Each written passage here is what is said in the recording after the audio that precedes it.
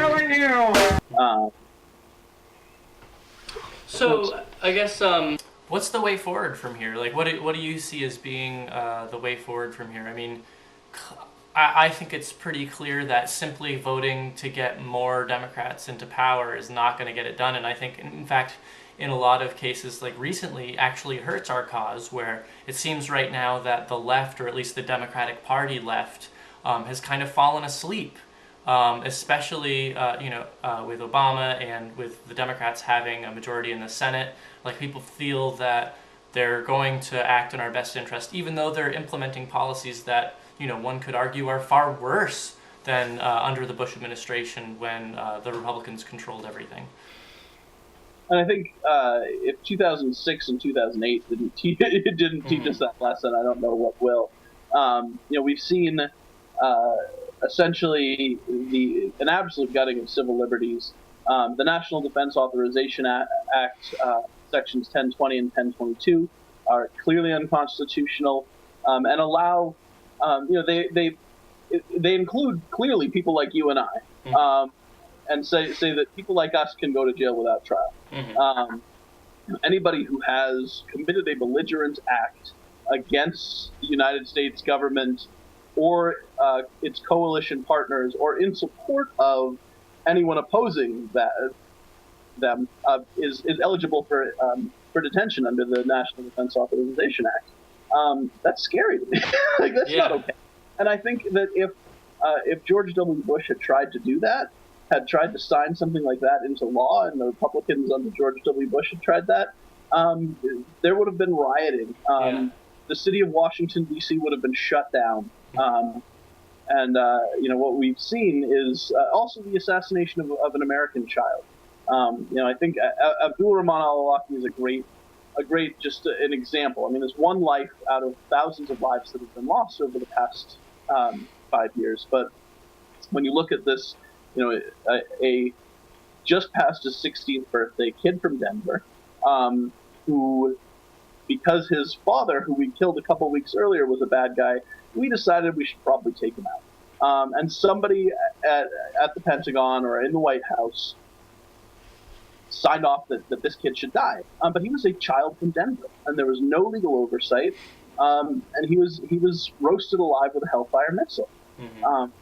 And that's something that is it's so clearly not okay. And I think that under George W. Bush, this would have been, there certainly would have been impeachment proceedings. There would have been massive demonstrations. This was but under Barack Obama, we've seen essentially nothing. Most people do not know the name Abdul Rahman al-Awlaki. They don't know that this has happened. The media hasn't covered it. There hasn't been large amounts of activism around it. It's kind of been swept under the carpet. Yeah, and I think interestingly too, MSNBC has been conspicuously silent about the drone issue. They're supposed to be like the Fox News of the left, right? Yeah. Well, and I think what we see is that there's a clear tie between Fox News and the Republican Party, and MSNBC and the Democratic Party. And that's the establishment of each party. It's not the grassroots. It's not the people who are out on the streets going door to door for those parties.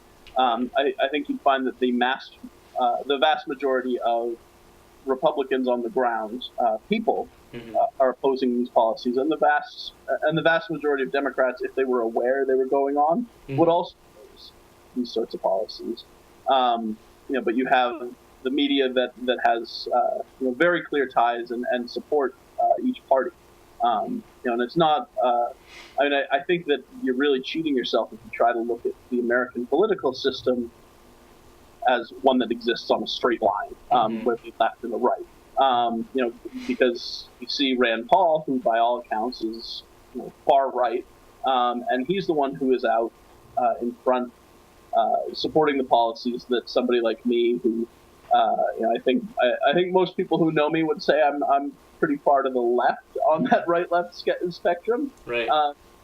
But he may be again and again. I've found that he represents me certainly far more than Barack Obama does. Yeah.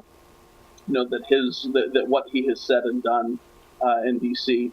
And so I think you really need to look at what companies politicians are working for and what those ties are. And I think you see clearly that MSNBC is aligned with the Democratic Party and a group of companies that advertise on NBC and fund the Democratic Party.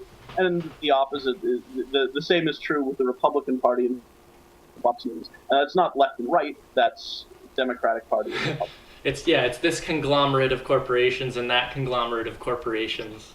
And I think that it's that you're really cheating yourself if you look at politics on the left-right spectrum and think that. And I know you don't, but but if you look at politics on a left-right spectrum and say the Democrats are the left and the Republicans are the right, this is simply not true. And I don't think either conglomerate of corporations and their respective political parties and I even think that viewing those two conglomerates of corporations as opposing each other is right.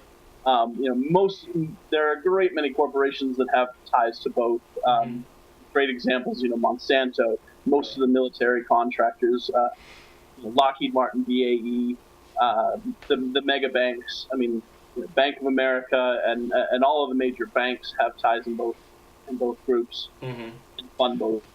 I was going to say a great example of that is the Koch brothers, who, the Democratic Party activist base was freaking out about ALEC, and with good reason, because ALEC, the American Legislative Exchange Committee, or whatever it's called, they have been putting forward these horrible bills that are gutting municipal and state governments, and just like making them ungovernable and completely defunding them and giving away tons of money to corporations. But the Democratic Leadership Council, also funded by the Koch brothers, the policies, a lot of the foreign policy, trade policy that was pushed by Bill Clinton, who was, received a lot of money from the Democratic Leadership Council, was very much, Koch brother policy, pushing NAFTA through, joining the World Trade Organization.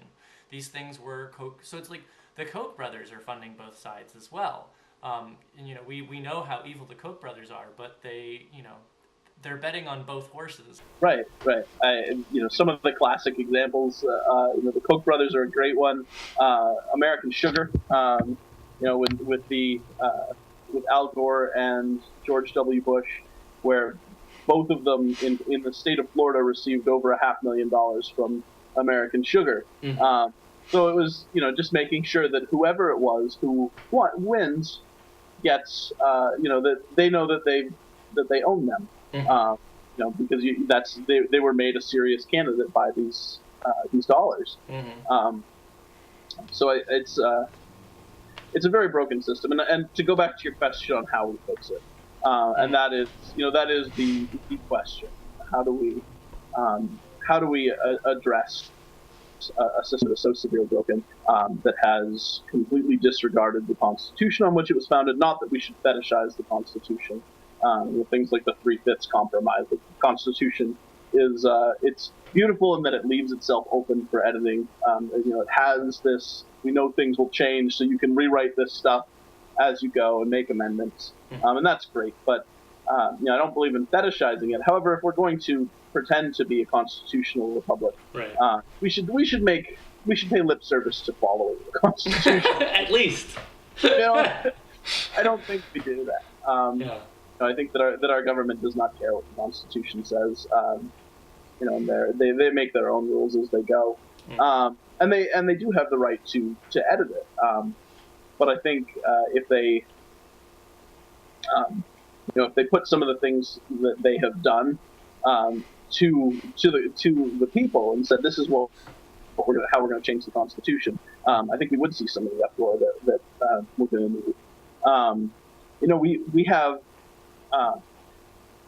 people view the system as unshakable, as this pyramid that is held.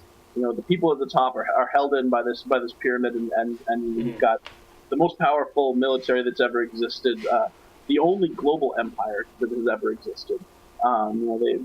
Some people have said that they think the American empire is going to collapse because every empire collapses.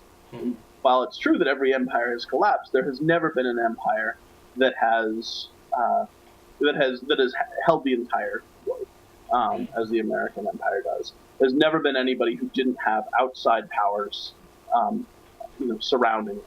And empires have grown, and then the outside powers became too much and have shrunk down. The American empire doesn't have that. We also have a global media that is a part of that empire and a part of this corporate system. And so it's seen as very unshakable. But the reality is that we are what's holding that in place. This is essentially flies feeding on a water buffalo, and all we have to do is shake it once and shake them off. It's not. There are a couple thousand of them, and there are billions of us. And I think that a more accurate way to look at power structures, because I think most power structures are inherently, other people want power. That you need to continue the propaganda system that is our media. You need to continue to maintain the loyalty of the U.S. military and the U.S. police. We need to continue to maintain the loyalty of all of our ally nations.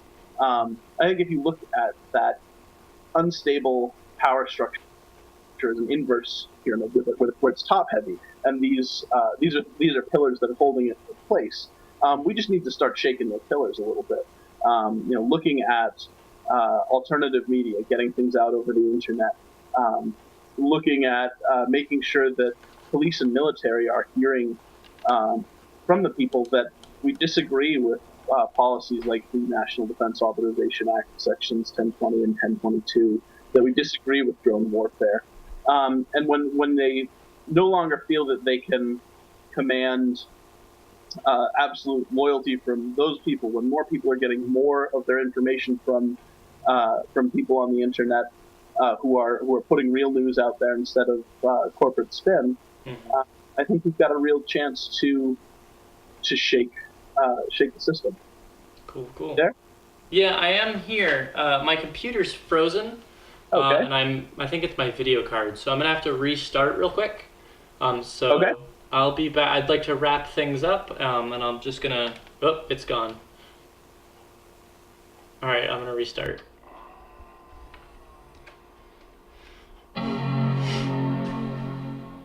So if my last rant wasn't clear, I think the answer to how do we challenge this system is develop alternative media, organize at the grassroots level, encourage things like the Occupy protests, which I think Occupy really was a collection of people who were denying that the corporate system was working anymore, denying that the corporate media was telling us the truth. And I think your video just froze again. Yeah, it did. Well, yeah, my computer's dying. Well, I guess since I still have you on the line, if people want to get involved with New Hampshire Peace Action, how would they get a hold of you? You can look it up, nhpeaceaction.org. You can give a call at the office, 603-228-0559. If you call in the afternoon, I usually pick up myself. Email me at info@nhpeaceaction.org. Check us out on Facebook. Those are some of the easiest ways to find us. We have an email list. I don't send out more than about one email blast a week, so that you can keep track of what's going on in the state for peace events. Or drop by the office, 4 Park Street, Suite 210 in Concord. Cool. Well, Will, as always, a pleasure talking with you, and feel free to use the Punk Patriots wall to, talk about whatever issues you want to talk about. I really appreciate having you as a friend and a contributor. Yeah. And I'd love to have you back on the show later. Yeah, for sure. Killing you!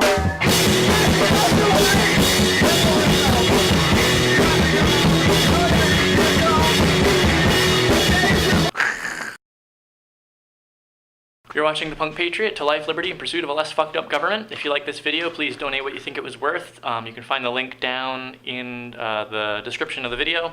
Also, let me know what you think in the comments section. Please share this video with your friends and your enemies. The only way that this channel will expand is through word of mouth and people like you.